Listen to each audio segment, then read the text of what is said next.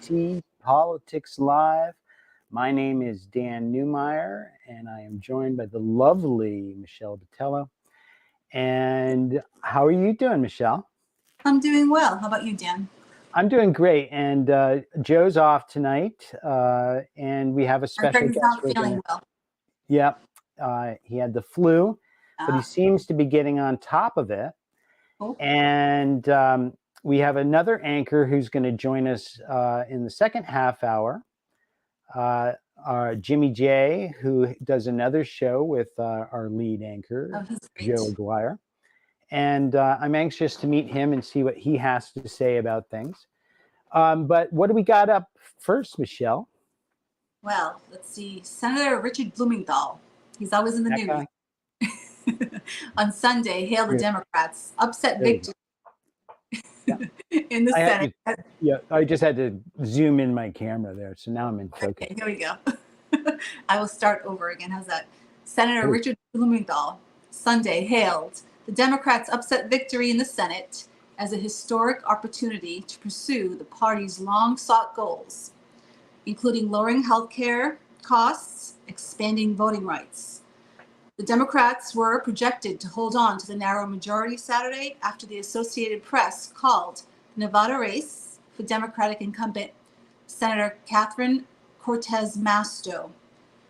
The party at least 50 seats in the chamber, so control of the House is still unclear, though. Yeah, and how is that looking? I mean, it seems like it's up in the air, right?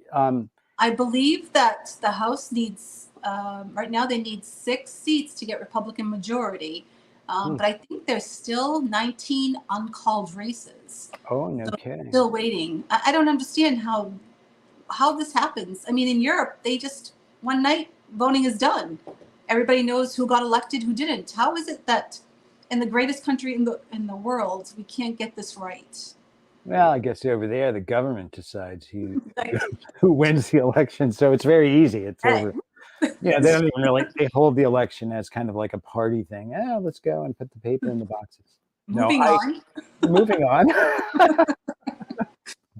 I'm the morning show guy. So I saw you this morning. I can't believe it. You just music. That 5 a.m. in the morning. How is it possible with that music? I guess that's what makes you. I don't know. I just grew up playing rock and roll. But so with Connecticut's gas tax holiday almost halfway through, its 8th and final month, an effort to waive the 25 cents per gallon break through February or March in government in Lamont's court. And we have to see if he's going to do that. I mean, some of the things that Governor Lamont has done correctly, I think, is that he's already stated that he doesn't want to raise taxes on all his rich friends. Right. Oops. And you know, he wants to keep taxes down. He's got a surplus right now. He just came off a very popular election. That would be a good move for him to do it. But what do you think? Do you think Democrats are going to raise them or not? Well, we can only hope they don't. Right. We need I think the American people, the Connecticut residents, we all need a break. This inflation is killing everybody and the home heating oil situation is dire, right? Yes. You know, it's we're going into the heating season here. We're just at the beginning of it, and $5-6 a gallon oil is going to have people out in the cold. Anyways, I hope that he does go back on that.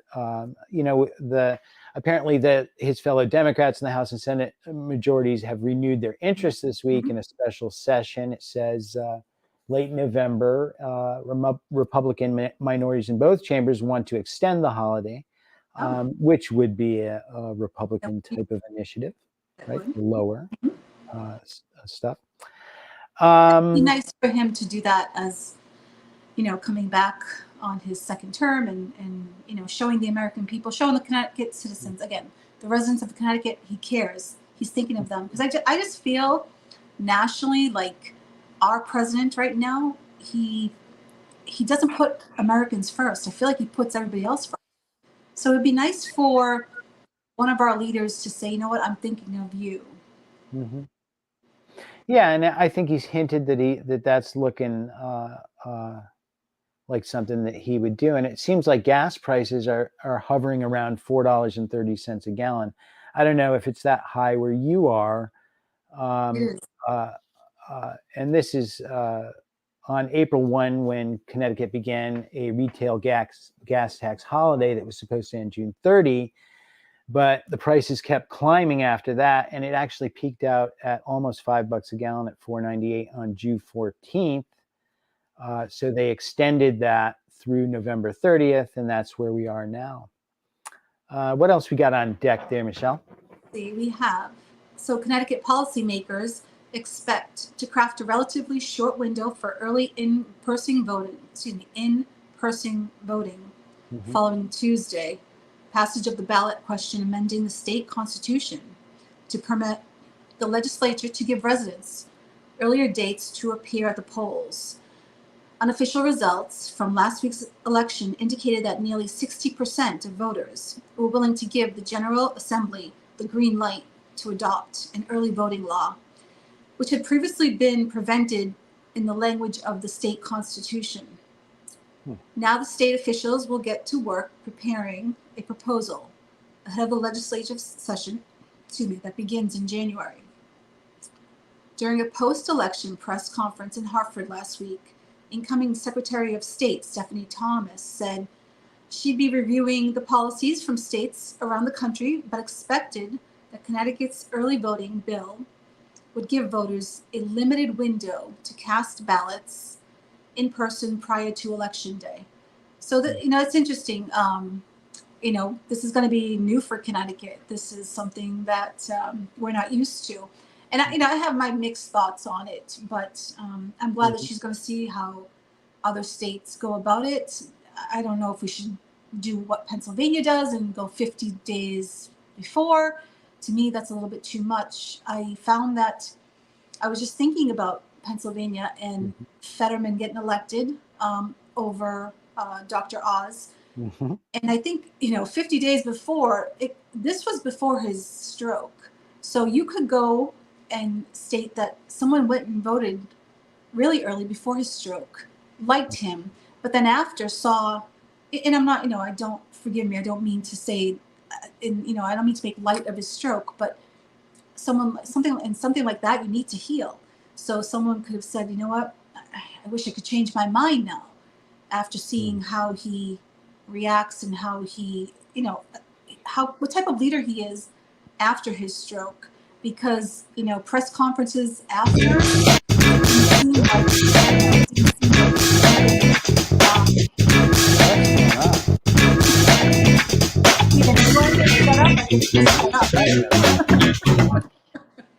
Sorry about that. That's okay. He doesn't want me to talk, apparently. No, I think press conferences after he had his stroke, just to me, just made him sound very incoherent, not knowing what was happening around him, and that scares me. That's not what I really want to do. Well, I think any serious medical condition really makes the public leery about, whether that person can carry through with those responsibilities. And my thinking is that, there must have been some doctors who were saying, look, this is a transient stroke or whatever, and it's going to be better. But, just like inflation was supposed to be in transient. Yeah. I don't know whether, that's really, I think you pointed out the only peril that I see with early voting, which is, you can't go back if you do it early. And I think people probably know that and take that into consideration and say, oh, this is what I'm doing. But I think that, 50 days is too much. I could go, I think 2 weeks. That's what I'd go. I got 10 days, 2 weeks. I think the weekends, maybe. Friday, You're a weekend person? Yeah. That's it. 2 weeks is still too much. People, people want to hear debates. People want to hear people talk. So you're like 3 or 4 days. Yeah. Why don't we meet at 10 days? No compromise. What? You know what? It's not up to you or me anyways. So we'll It see what is because Stephanie we Thomas elect these says. people. We'll see what she That's right. says and how they change the Constitution of Connecticut. It's going to be Yeah. interesting. Well, it is, and I'm a proponent of early voting. My former stepmother's Denise Merrill, the former Secretary of the State, and I talked this through with her and Cynthia Jennings and the Lieutenant Governor because she was a Secretary of the State too. And I think it's a good thing for us. The exact time, how much time, um, you know, I think we should have some. I'd be okay with 4 days or whatever. Um, I'd like a little bit longer. I would like a week, maybe, or 10 days. And we'll see you at the legislature on That's this. right. That's right. So, Joe Aguirre's chiming in. Oh my gosh, Oh here we go. no. He's 5 Even days, right? with So you're 4 days, 3 or 4 days. He's 5. okay. You can't Okay. let him get away with it either. Okay. He's the man behind the scenes. Joe, I hope you come on a little bit later and kind of chime in, and you can straighten us up. How's that, Joe? All right. So we had early voting. So I'm a proponent. You're a proponent, but you want the window to be shortened. So Yes. look at we're coming to a circle around this thing. This is right? how the legislative works. Yes. We're going to ask Jimmy J. Jimmy J is going to bring it home for us, don't you think? Sounds good. Right. As I get ganged up on by conservatives in the second half of the show. All right. So I heard there was what a else memorial for 26 people who passed. What happened, Dan? Oh my God. The Sandy Hook Elementary School shooting open to the public, that the new one, I guess. And the opening comes nearly a decade after the tragedy at Sandy Hook. And they're going to have a memorial there with no formal dedication of the site. And members of the public were invited to honor the lives of those lost during that horrible tragedy. That's Sandy Hook is something that's going to be with us forever, right? I remember that day. I remember that day. I was actually home, and the TV just happened to be on, and my son was in elementary school at the time, and I was thinking, oh my word, okay. And the first thing you do is you rush to school and make sure everything was okay. Teachers were wonderful about it, but yeah, that day is definitely going to live in everybody's. Yeah, it's not. It's not going away, and then we just went through the whole Alex Jones trial and all that too. So it constantly gets dredged up, and to be fair, I think it's something that we need to be reminded of so that we don't end up there again. And Exactly. This legislative session, the governor's already said that he wants to start talking about gun control again, right? So that's going to open up a whole new tear in the argument, and it's going to be interesting to see. One of the things that I learned was that when I was meeting folks in the cities of Connecticut, and Bridgeport, Hartford, and New Haven, is that many of those folks are Second Amendment supporters, not just because there's a bunch of shooting going on, but because they're law-abiding citizens who want to be able to protect themselves. Yeah. So that's always going to be a big fight at the Capitol, and it's a hard. Yeah, and how many more restrictions do you put on folks? And so now semi-automatic rifles are the next thing. And so we'll have to see how that shakes out. But we have to separate the fact that we have a constitution which says these are our rights. And if laws proposed are constitutional and agreed on by the people we elect, in my opinion, then that's the settled thing, right? Now, if a law is unconstitutional, then it is, right? And if it's and it can be tried in court. Yeah, Joe and I were talking in earlier shows, and we had talked about, I'd like to see more referendums. I mean, the whole purpose of We the People, it's about what voters want first. And then the other thing, it's a fine line. We had talked about the Second Amendment and, more gun control or more crime control. Do we give more accountability to criminals? I understand the videos on social media, but you have these people just going into these grocery stores, into the gas station, and just, they don't get what they want. All of a sudden, they tear the store apart. This is where we've come to. So something has to give there first, I think. So, I understand there's a lot of places with gun laws, and yes, it helps. Mm-hmm. But I like it's something that has to be worked on. It's definitely a fine line, because who wants to take guns away from law-abiding citizens? And this is the problem. Well, and you shouldn't. But I think we were fortunate to assist on a campaign with Dr. Amy Chai, who sees that much of the problem with gun violence comes from addiction, gang violence, and a lot of issues that she believes, because she sees it every day in her methadone clinic, could be solved through intervention earlier, saving us a lot of lives and money and time. Education, absolutely. Yeah. Right. If kids can't read, they can't participate in society. And then that's where the problems come. So, and also with the, I believe the nuclear family too. There's such a breakdown of, mom and dad, no more dads in the home, and children are left kind of to their own devices. And this is where the incentive from the government has to come for the nuclear family to come together. So there's such a breakdown in every system that our leadership needs to. Yeah. So one of the big mantras, I guess, in society and culture now is the definition of family, right?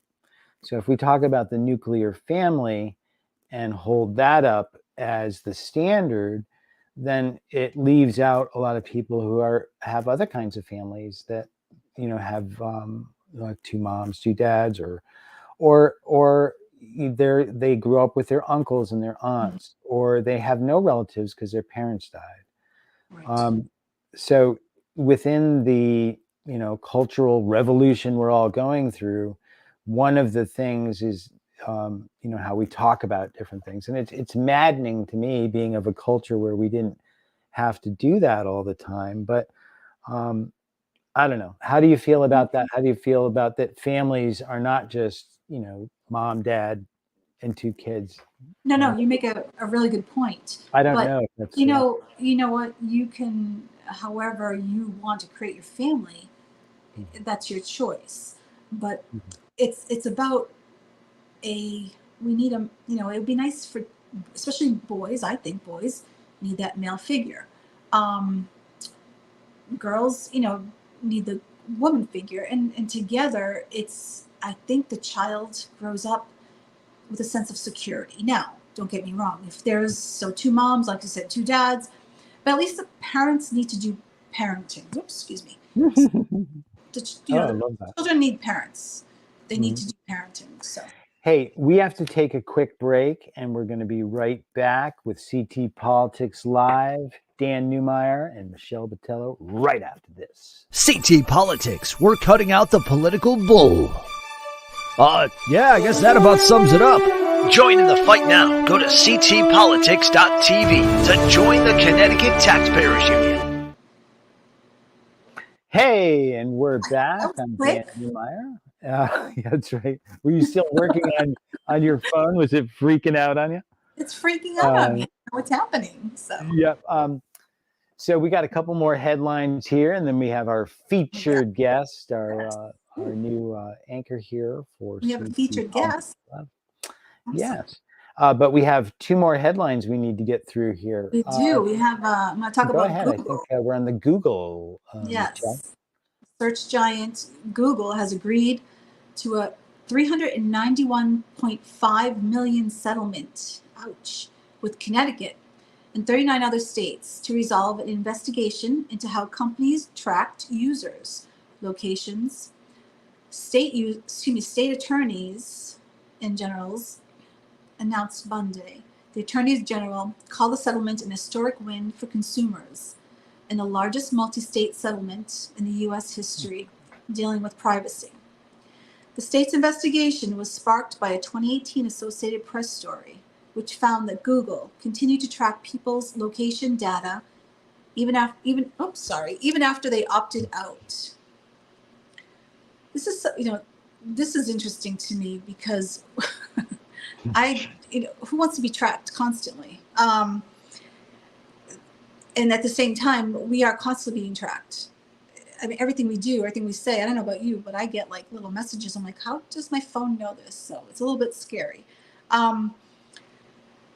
But they opted out of such tracking by disabling the feature the company called location history. So let's see what happens. Yeah, the whole tracking thing is out of control. I just given up on that. How do we deal with that? Yeah. After the Snowden thing and all those revelations, we're so far down the road from all that even. So it's difficult to, and we have to get on data security, especially with medical records and all these things. So any settlement is a good thing that we're moving on from that. The 21st annual Operation ELF kicked off on Monday to support the Connecticut service members and their families.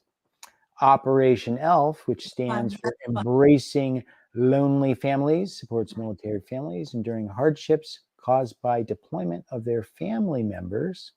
And it's designed to support those whose loved ones are deployed, preparing to deploy within the next 6 months, or recently returned from deployment.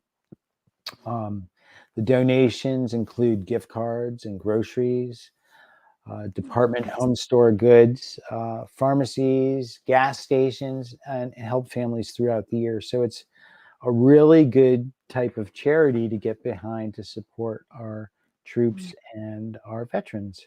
And especially those with financial hardship, yes. Yeah, and within ELF is the Adopt a Family program that assists military families that are suffering from extreme financial hardship to help them meet their basic needs and have a fulfilling holiday season. So I hope people out there can support Operation ELF and all the other great charities during the holiday season. And I think it's going to be pretty hard on a lot of folks. So you need to plug that sucker in, Michelle. I'm having issues. It's plugged in. It's all set. It is. It's not move. It just keeps, Keeps freaking out on you, huh? Freaking out on me. That's how it goes. So I guess we have one more story we can do down there. You want to hit that one, Michelle? Together, we'll see. You can say it upside down. It's cool. That'll look interesting. That's right. We want to hit the story from all angles, Michelle. So while voters rejected Republican Connecticut's top of the ticket races last week, an endorsement of the GOP candidates from a key group of the second consecutive statewide election cycle stands out. This is a test. This is a test.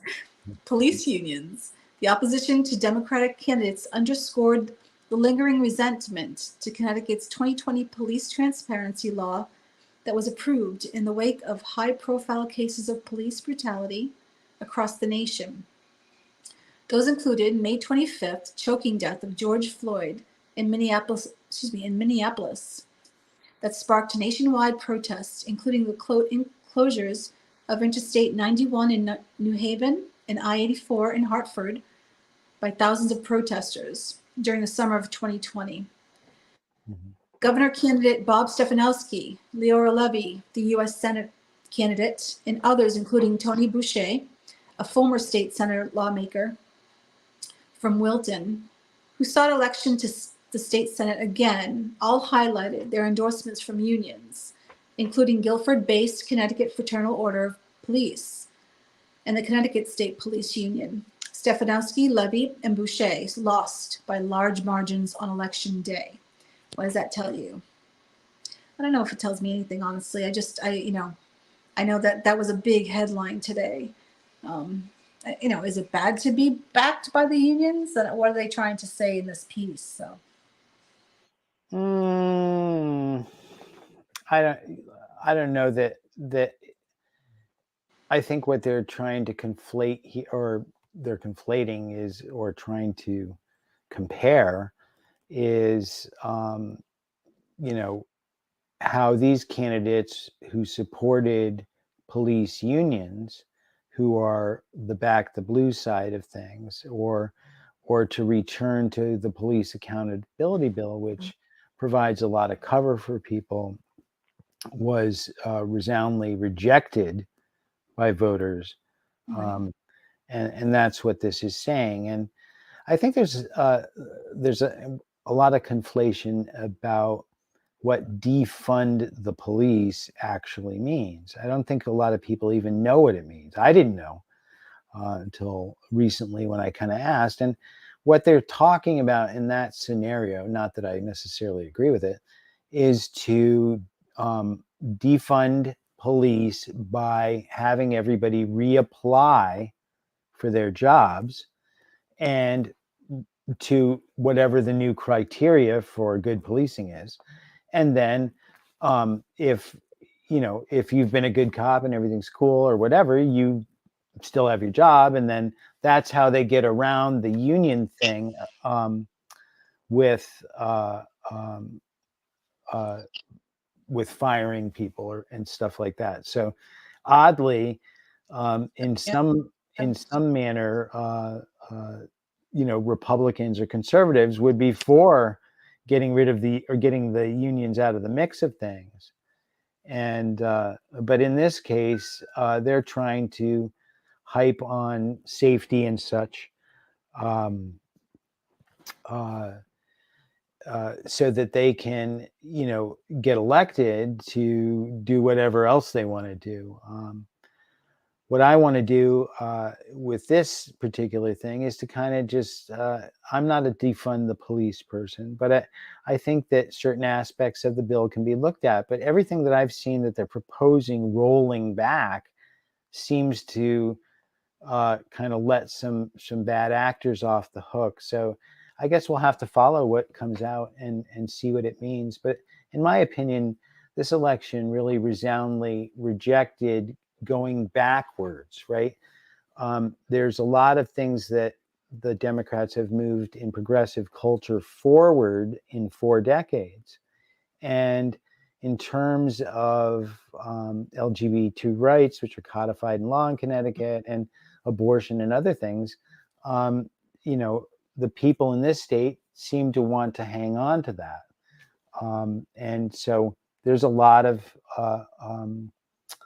long nights at the Capitol talking about different bills to try to, as each side positions, to try to gain some ground. What do you think? No, great talking points. I with George Floyd incident, I know they were talking about how I believe his name Derek Chauvin, the police that was kneeled on his neck for however long it was. They were stating that was police training, and I know for a fact that is type of police training. So yes, retraining would be great. A little bit more. I think we need to fund the police more. Their job is hard. I know that when I call 911, the first thing, I don't want someone to say, please hold, or we can't send anyone there because no one's here. So again, it comes down to that leadership. Where do we look at it? How do we look at ourselves? Do we want to protect our citizens? Do we want to make sure we're safe? That fine line. I agree with what you're saying. There's a lot to it. We do need more training for the police, but at the same time, we can't fault them for doing, what they were trained to do. And see, there's a lot of. Don't you think that's where the rubber meets the road, right there? Is that I haven't heard anybody faulting on either side, because the people in the cities need police there badly. Badly. But nobody's faulting good police for doing their job, and they applaud them, they support them, and need more of them. I think what they're talking about is something where there's maybe a bad actor and there's a couple of his Like there are buddies everywhere. around, and they kind of look over there, which and that becomes the argument that a lot of these people who are filming the police nowadays, the auditors and all that, that's what they're concerned about, is that, look, people have rights and you can't just step on them and do what you want. And a lot of police don't even know the rules. So I think this has been dragged out into the light now. In Connecticut, we had the police accountability, and we just have to see how that shakes out, I think, with statistics. I agree. And you know what it comes down to? Everything's being politicized. Mm-hmm. So instead of working on the issue, and you know what, did the police accountability go too far? I guess, like you said, we'll see. Is crime rising? In Connecticut, not by much, but yes, there are incidents where we're seeing Certainly more crime. Exactly. And so again, it's the politicization of all these issues that just needs to be hammered out. Well, do you want to take us to break, Michelle? And then when we come back, we are going to meet our new co-anchor here. Oh, great. We'll be right back. Connecticut Politics Live. Want to have your show on CT Politics? If you produce a show on CT political issues or commentary and want to play it to the world, contact us now at ctpolitics.tv. We'd love to have you part of the team.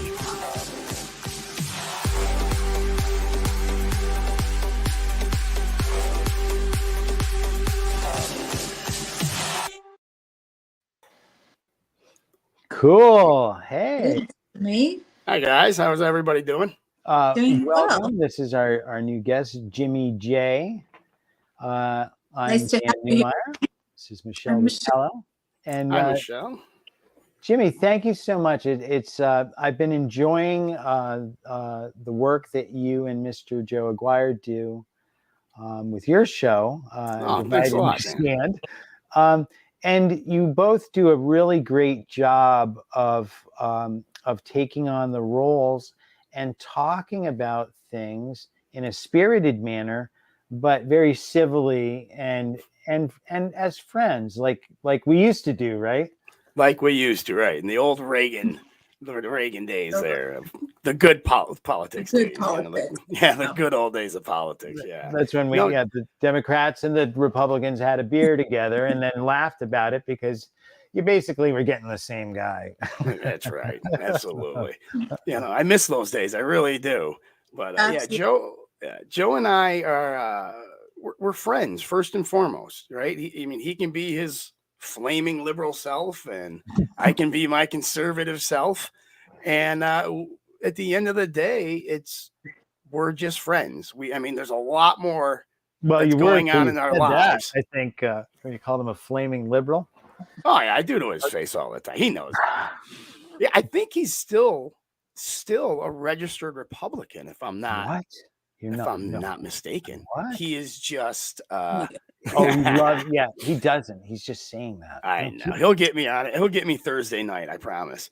But I think he's still a registered Republican. He is just he's what's the good word? He's just no longer. Yeah, he's just no longer in love with the Republican Party. So he is still. See that, my buddy. We talk more sports than we do politics. We talk politics Thursday nights, So definitely more fun. Absolutely. So Jimmy, tell me about yourself and just give us kind of a rundown. I know you're a United States Marine, and thank you for your service. Yes, thanks. Exactly. Yeah, hey, Dwyer, go back in the woods over there, Fred. Thank you. So thank you for your service. That's very important to us and everything. But tell us a little bit about yourself and how you came up, and then how you ended up a podcaster with Joe Aguirre. Of all people, right? No, I was actually born in Seoul, Korea, and I was adopted by an Italian family up in upstate New York. So I was raised up there. Wow. So I was in New York, so I was raised a Democrat, right? Oh, And I'm a cool guy. Me too. I know it was awful. My parents are still Democrat. Well, my mother is still a Democrat. Yeah, well, you had a lot of friends and good food, so. Sure. I was 17. I went to college. Didn't fare so well in college. Then I joined the Marines. And I did it for 20 years. I loved it so much. Oh, nice. Yeah, I served for 20 years, a couple tours in Iraq. I've been all over the world. Wow. And that pretty much is where I started shaping my politics. Was in the military. I was actually served at HMX-1, the Presidential Helicopter Squadron, during Bill Clinton's presidency. No kidding. And so I had good friends. Give off a lot of Clinton aura on the show, I can tell, you know. I'll tell you a quick story about Hillary and Chelsea. Great. Yeah. So you know what you see on TV when the president comes down the stairs of Air Force One or HMX-1, and you got the two Marines standing there saluting, right? Well, they were coming back to the to DC to the White House, and my buddy, his name is Reggie Brand. Right? He was on that detail. That was his detail. He was one of those guys saluting at the bottom of the stairs. So they get off the bird, they get off the helicopter. Bill goes down carrying his suitcase, goes down and walks into the White House. Hillary and Chelsea come down the stairs, throw their luggage at the Marines, and say, "You got to carry them for us."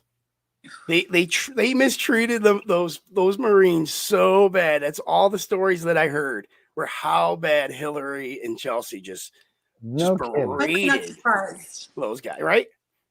And so yeah, that was my that's my HMX-1 Bill Clinton story for everybody. Wow. Well, on that note, Jimmy, then how do you feel what's happening to the Marines today? In the it's awful. It's awful, isn't it? Oh, really? What's happening? Yeah. So right now, the military, God, how can I put this nicely? So me and my friends talk about it, and we use a bad word, and I don't want to use that word. Wussified. That's what we're gonna say. Wussified. The military as a whole right now is becoming weaker, right? We're not. When I joined in 1996, we were hard as woodpecker lips. I mean, we trained. We didn't care about politics was frowned upon. You didn't talk about politics, right? You didn't talk about religion. You didn't talk unless you were at church or whatever religious group. You're green, camo, or tan. That's right. That's it. I mean, we talked about war, girls, and booze. That's what we talked about in the Marine Corps. That was it, right?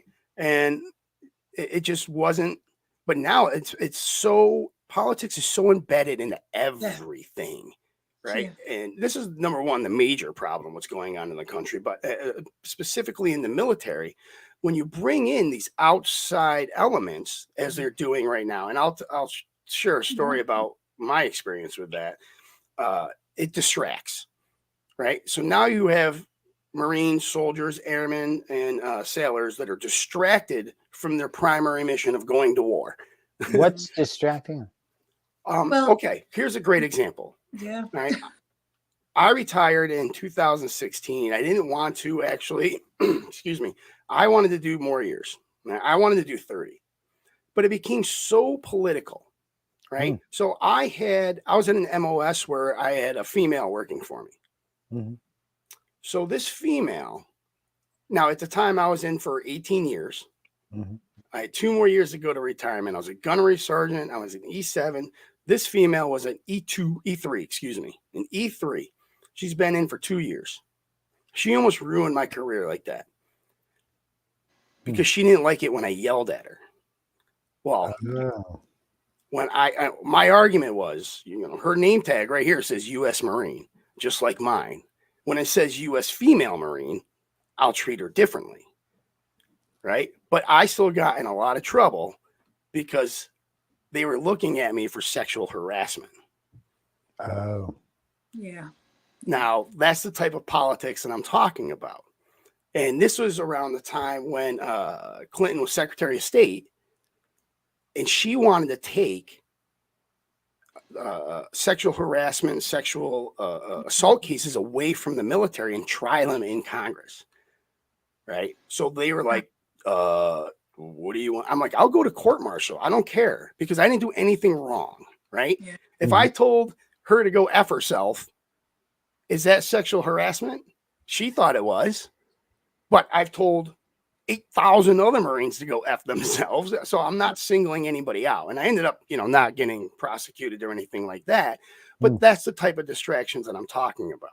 Now I'm responsible to train, and I've trained thousands and tens of thousands of Marines on weapons, martial arts. And I can't be, I'm teaching people how to kill, right? That was my job. I taught Marines how to kill. I can't be like, well, unless they're this, they say that, there's no room for any kind of distraction. And when you're on a battlefield, when you're getting shot at, I can tell you right now, the last thing you think about is what can I say to this person? Right. But it's a distraction because you do think about it. Is she going to be offended if I say, get your effing A up and move? Right. Because my adrenaline's going 1,000 miles an hour. We're getting shot at. We're getting mortared. I don't have time to think about it. And if I do, and now I hesitate, well, guess what? Do you think that the situation you were in was not in the field and not a combat situation, and that I don't know. People are much more sensitive nowadays than they've ever been. Nobody knows how to work anymore. Nobody knows how to receive a comment. I mean, when we were growing up as kids, now I'm going to be 58 this year, but we used to, when we were kids, we'd call each other all kinds of names back and forth till it didn't hurt anymore. Big long strings of names, for endlessly, just to do it. And I don't know, it was tougher times, and there were good times. There were good things about the old days, and then there were not so good things about them. But I agree with you that the military always ends up being a reflection of the politics of the country at the time. So whoever's the leadership's in is going to be like, okay, we're going to have transgenders serve in the military, or we're going to have this, or we're going to have that. And they make these different policy changes based on what the politicians feel is the right thing. But those things generally are you never go backwards, right? You don't go, okay, well, we're getting rid of all this now and we're going back to 1960. It never happens that way. Life is progressive and everything else. But to your point, there was a really great commercial from Russia as a recruiting film that was floating around. I don't know if you two saw that, where they had the American military recruiting film for the new recruits that, is about LGBT and all this stuff. And then there was the Russian one, which is about you will kill the effing enemy and you will be hard. There was no soft message in that thing. It's like, we're going to turn you into a rock and then throw you at things. I'm telling you, I've been to Korea, and when I was in Korea, I went to the Korean ROK Marine base. Right, we call it ROK, Republic of Korea, ROK, so we call them ROK Marines. We run 3 miles for our physical fitness tests. Those guys run 8. And the North Vietnamese, the North Koreans, they tell me, run 12. Right. Yeah. And the Chinese are up there as well. Right. From what I hear. So off the bat, our standards are a little weaker. Right. But then you add in the mix of all this political BS. That's right. Which I love, by the way, but not in military. But it's just, we're falling behind. I mean, if you guys, I saw, General Milley and Colonel Austin there talk about the soldiers having to read about white fragility, and bringing all this race and all this crap into the military. And I'm like, really? Why? I wrote about Chesty what are Puller they in the trying to Korean do? War. I What are don't they trying to understand. do? I Yeah. have no idea. I have no idea what's going on in the military. I don't know. I wish I could come up with an answer. I wish I could come up with a logical explanation of why they're turning this into such a political experiment, really. And it's making, I'm assuming it's making, good people not think twice before they join. Well, the Army, the Navy, and I believe the Air, all three of those branches missed their recruiting goals last year, and they're already falling behind this year. And the Marines have never missed, and it's getting hard from what I hear. And think about that in terms of the country, in terms of employment and labor, is that people can't find anybody to do anything anymore, right? Oh, it's ridiculous, isn't it? Yeah, and they keep raising like the rates to get somebody out there, like to run a forklift. You can make $37 an hour at a temp service. Yeah, that's nuts. Bringing it back to the military, he's going for it. It's like, I don't want to do that. Well, I mean, we're paying McDonald's workers $15 an hour. I know. Right? You don't make that until you're at E3 in the military. You got to get promoted twice to make as much as a McDonald's worker. But with the inflation, all those $15 an hour people got screwed, right? Oh yeah. So, yeah. Here, you know what? I'll tell you right now. I'll take that back now. Thank you. The military didn't get that much of a raise. Give it to you with this hand. It comes to get it with that hand, right? Well, I mean, that's the government. Isn't it? So Jimmy, so now that you stepped out, and are you podcasting now, or what are you doing? I am. So I went to a broadcasting school, and I met the aforementioned that guy, woolly mammoth Joe Aguirre. And goes into a hair thing we were talking about. I love it. I think it was day Don't one. go there, Dan. I know, right? I think it was day one when he introduced himself to our class. We got into it about politics, him and I. I'm pretty sure from day one, him and I were going back and forth, and we were arguing. And then half the class was just like, "You guys should record this." That's great. So we did. So we started, and that was God almighty. Was that over a year ago? Those are the best ways to get into things. Awesome. Right? Well, and we do this? Yeah, you guys are great. Yeah. Yeah, we are. That's right. And so Joe asked me to do it with him. I'm like, wow. Yeah, man, let's do this. And we've been, doing it every Thursday. How long have you done it now? Oh God, 14, 15 months now, maybe. Wow. That's a run. And then how many shows do you produce a week? One a week now. I think we're going to start kicking it up to 2 a week. I believe, just because, well, we got designs on you. We want to put you to work. Your broadcasting talents developed by the one and only Joe Aguirre. That's right, Mr. Joe. That's right. The silky, smooth, singing voice. Joe, I know you're listening. Your head, is it getting swelled? That's right. Joe sings Christmas carols. He's got a silky smooth voice until I start getting him really good with some good Republican points. Yeah. What do you mean? Exactly. Oh my God, you're stupid. What are you kidding me? You know what? I think Jimmy and I should gang up on you and Joe. Two liberals, two conservatives. What do you think? No. Absolutely. Let's do our topic. We were going to talk about the borders, so we can talk about the border.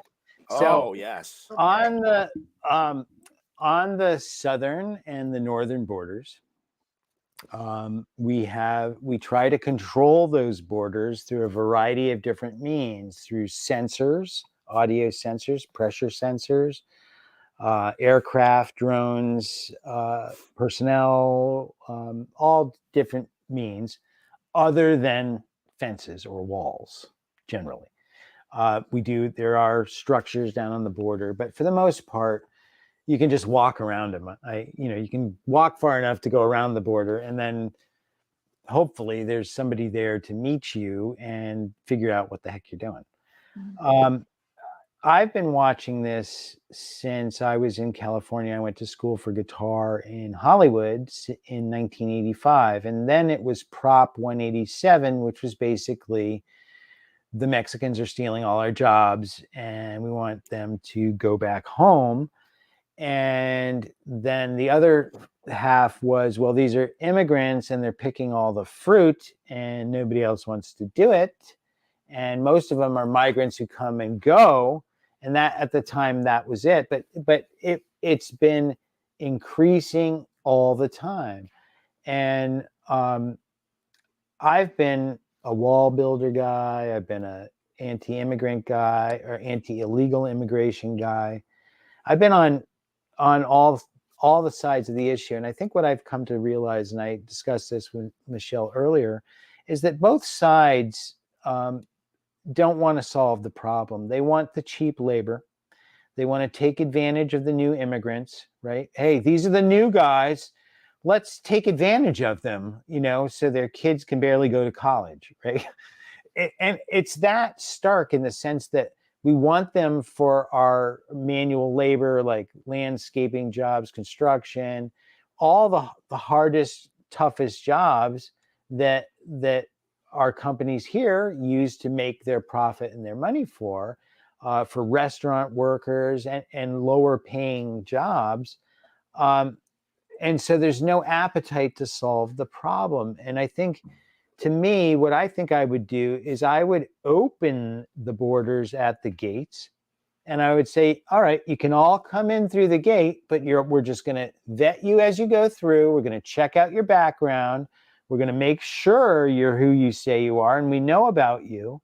And if you're an immigrant, an economic immigrant or whatever, we're going to move you in, right? But you're going to be paying taxes from the get-go. We're going to know where you are. We're going to have all your data on you, all your DNA and everything, because you're going to come in through that thing. Meanwhile, we'll know then that everybody coming across the border in a place that's not a checkpoint must be up to something, right? What do you think about that? Exactly. Thank you. I think that's wishful thinking, Dan. I really do. Right? Why don't Jimmy, go ahead. You give your perspective, like I just did on the border, and how you see it, and what should be done.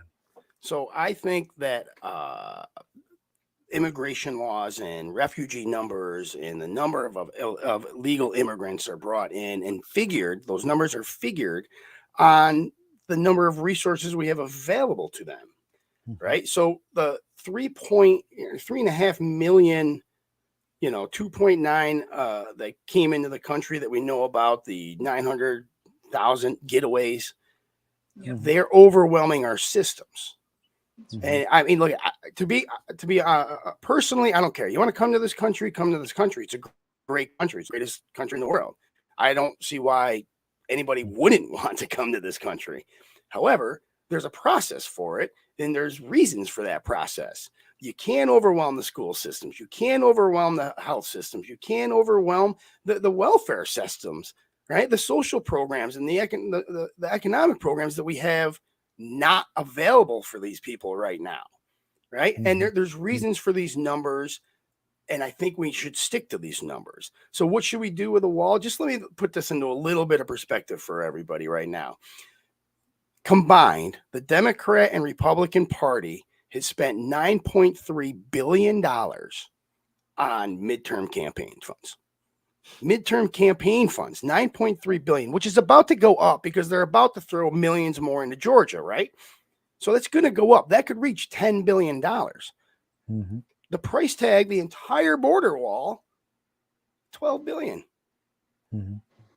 We spent $2 billion shy on campaign ads, right? TV ads. Then we could have finished what is the that? wall. Yeah. Okay. Finish the wall. All right. We have a good system of it's not an infallible, it's not a perfect system, but it's better than the one we have right now, where we can control the numbers, where we can control who's allowed in. We can vet them better, because Dan, your idea of vetting all these people, it's a great idea, and it absolutely should be done. And that's why we have port of entries. Mm-hmm. We can't vet every person that comes across the border everywhere without these walls. You can't open up borders. You can't. No, what I'm saying, so just to make that point, is that if you had a point of entry where, if you're a good dude, good family, you're looking for a better way, you come through, we put you through the eye scanners like they do in Iraq and everything, like, oh, hi, Mr. Bin Laden, like that, and you get them right there. But, they have all this technology, so you would know who's coming in, you'd know where they were headed to and everything. And there's we can only do that if we build the wall, though. If we stop them coming in from between the ports of entry, and how do you do that? You don't have enough support. There's not enough support. There's not enough border security. You're right. Yeah. I agree. We hired 87,000 IRS agents. We can't hire 87,000 border. Oh, we're going to pull agents? out the 87,000. I look at, is it a bad thing or a good thing? I didn't say. I don't care, right? What I'm saying is, if we can spend that money on 87 IRS agents, we should be able to spend that money on at least. How about this? I'll compromise. So what you would do is you would finish the wall up, and then what would your policy be on letting people in? Or I would look at the numbers. I would get with the appropriate section heads, and I would look at the numbers. How much can our social programs handle? And if it's 1 million people, then it's 1 million people. Let's go. Okay. I get it. Come on. Right, Michelle, I want you to do the same thing that we just did. Is tell us your solution to the border. Well, here's the thing. Jimmy had mentioned about all the money. It's so true. But you know what? The other thing too is how much money we give to these Central and South American countries already.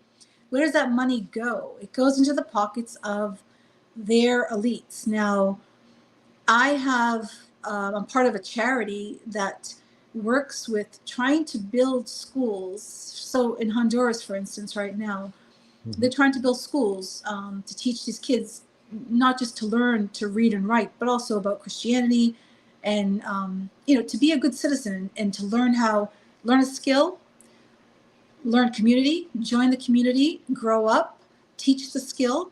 So these people have the incentive and the drive to stay in their own country that they actually love. Who doesn't love their own country? Stay in that country. Jobs. There's jobs just like in this country. But we're what running. They're doing is, we're running up on the hour here. Well, let me finish. Let me finish. So the whole point is to let communities start building in these countries. We, as the leaders of our country, need to get back some sort of accountability for where the money is going to these countries.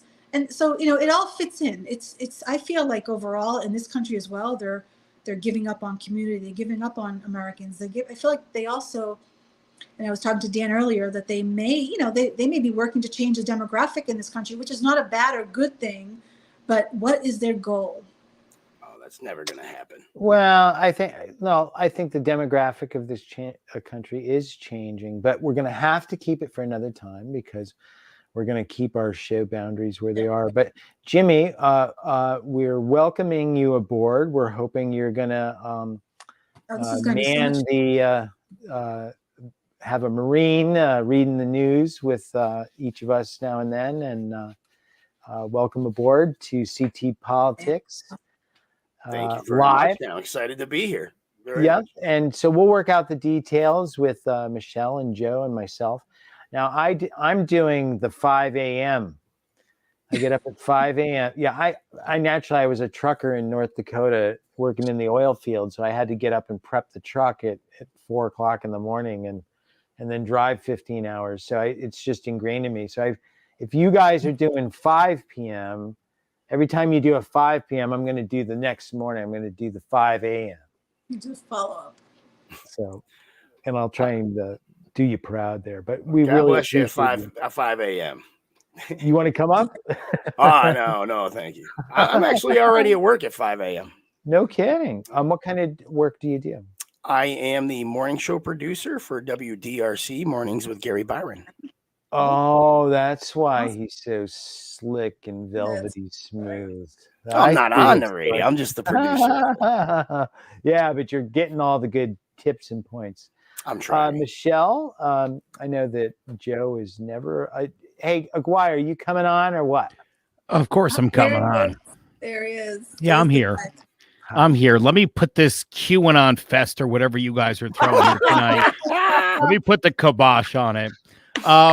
We don't need a wall. A wall's ridiculous. What a silly notion. And take it down around the White House. What we do need, Exactly. though, is stronger border security along the southern border. We also should think about doing something across the northern border where Paul Pelosi's attacker walked right across the border on a 60-day visa and just didn't renew it for a decade and was able to do that. Yeah, but Also, wasn't that Pelosi's buddy? Didn't he invite him down? No, Do you guys feel like Joe's talking down to you now? a little Of bit. course Listen, I do. I also want to point out. Look, he's right up there. Put at the himself top. on the top. Dude, you notice I that? know. I'm way up here, you guys. Listen, the Republicans were very dishonest in this election cycle about the police accountability bill. And they did that to try to shore up the police vote. Generally speaking, people, they're Republicans, generally speaking. Police officers are not personally accountable under the Police Accountability Act. The municipalities still are. You could be fired if you're not doing your job right. Like if you were to pull what Derek Chauvin pulled, it doesn't have to go through the mess of the union anymore. You could just fire somebody for that. So this misperception that Republicans are putting out there about the police accountability bill is driving down recruitment and is making everybody feel less safe. And then it blew up in their face because they got crushed in the election. So let this be a lesson that when you have facts on your side for once, you ought to use those. Been saying that for a week now about the Republicans. Yeah, and then what they they're doing blew is this election so bad because they can't help but lie about things, even when things were already kind of bad perception-wise. right. And it blew then up what in they're their trying face. to do, they're trying to keep the message that don't you support the police? Of course, Right. Right. Well, everybody's, the simplest person's like, well, of course, man, that's a tough job, man. Of course I support the police. Well, and I explained earlier that I thought that, nobody's not supporting the good police. Of course. Right. Yeah, Of but when course. you get rid of qualified immunity, I mean, which is not a bad or good thing. Again, we're so sue happy in this country. You're in the middle, Jimmy was talking about in military, you're not thinking about anything, but you're thinking about killing or survival. So police are kind of, they're in that same position. So something happens, they're not thinking twice. And so what happens? Let me do it. Qualified immunity is gone. And now I'll do now it, Joe Aguirre. It's That's not not gone. it. It's not gone. What it means is it doesn't apply to all situations. If you pull someone out of their car for a traffic violation and you put 2 bullets in the back of their head, the city doesn't want to have to cover that, nor do I as a taxpayer. So if these cops, and they're getting trained as part of this is about training, this is about de-escalation. So this is to everybody's benefit. And again, the fact that the Republicans tried to sell this as the Democrats hate the police is so unbelievably idiotic that I think most common sense people reject they the came up notion. with a new policy off of a very small, Bob tiny Stefanowski told me the Democrats are part anti-police of and policing. pro-criminal. Literally the words that came out of his mouth. Over 800,000 encounters a year between police and civilians. Over 800,000. We're talking about less than 25 incidences. So now they're making policies. Let's get it to 0. Right? I 100% agree. But what you don't do is you don't change an entire policy. What you do is you hold that leadership accountable. You can't change an entire policy, dissuade all those other police officers, demoralize them, put them in some kind of financial danger. It's how they spun it to try to turn the cops against the I don't know how you think it's a good idea, but you can't. We're going to have to come back with this one. Yeah, we could. Yeah. Well, thanks for cannonballing the pool there, Aguirre. Joe. I just wanted to come wanted to on and point say out hi. that- Great job, Jimmy. that Jimmy said Absolutely. what you do. All right. So Everything he said was doo-doo there. that's what I thought. There's a lot of doo-doo. Yeah, I can smell it all the way over here. From your place. Okay. On that note. Well, all right. Before we wrap here, so do you guys know have a plan for the week ahead here? You don't look too sick, Aguirre. I believe I am stepping in for Joe this week. Okay. So I will be doing the 5 p.m. You'll be doing the 5 p.m.er, and then Michelle, Yeah. you're around tomorrow, right? Yes. I'll be there. Not Wednesday, though. Is that right? That Wednesday's off. Yes. Okay. Yeah. So I'll do Wednesday with Jimmy, and you do tomorrow with Jimmy. Yeah. That's good. And then I'll do Thursday. And then what do you need? Like 6 weeks, like a pregnancy kind of thing? Aguirre? Okay. No, I should be. Are you talking to Joe or Jimmy? Yeah. No, Yeah. Joe. I should be Joe. good. I should be good at. If I'm not back tomorrow, I'll be fine. Yeah, you took too many pills before you went to bed. Perhaps. All right. Well, thank you very much. And I really Guys, it was applaud great all meeting of you. You're all just wonderful additions to CT Politics TV. And I'm really looking forward to you guys doing reports from the Capitol with our new crew of Eden and Zach. And so there's a lot of really good stuff on the horizon. And if you do a show out there, whether it's Connecticut based, issue based, and you want to put it on CT Politics with your own landing page, it's very reasonable. We'd love to have you aboard. You can run commercials for your business. And it's a great way, because what we're doing is we're giving a voice now to everybody who doesn't have one. We're always complaining that the media doesn't listen to they're not writing stories on this. Well, we lost 400 journalists out of the current and so we're just 4 people, and we're going to try to talk about the headlines and what we know and what we can put together. We're not professional journos, but we're going to try and tell the story balanced. And then we're going to be ourselves and have these conversations where really not much gets worked out, but we have a good time. Just like the old days. That's right. That's politics. I'm in. All right. And you know what? We're still all friends at the end of the day. That's right. How nice. Except for what Michelle said about me. I can't forgive her yet. Tell me about it. Don't tell me about it. I've been doing this for 25 years. I like to think I'm a media professional. Yeah, well, keep working.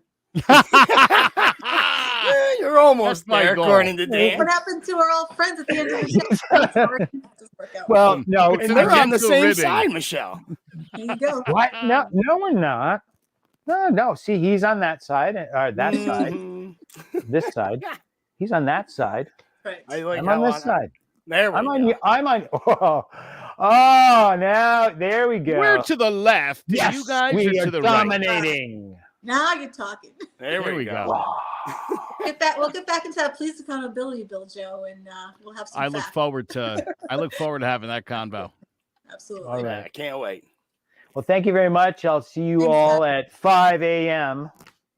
and get ready to rock out, because we're gonna. Joe, you want to take us out?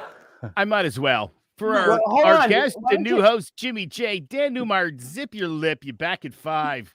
For Michelle Patello, I'm Joe Aguirre. Thanks for watching CT Politics TV Live.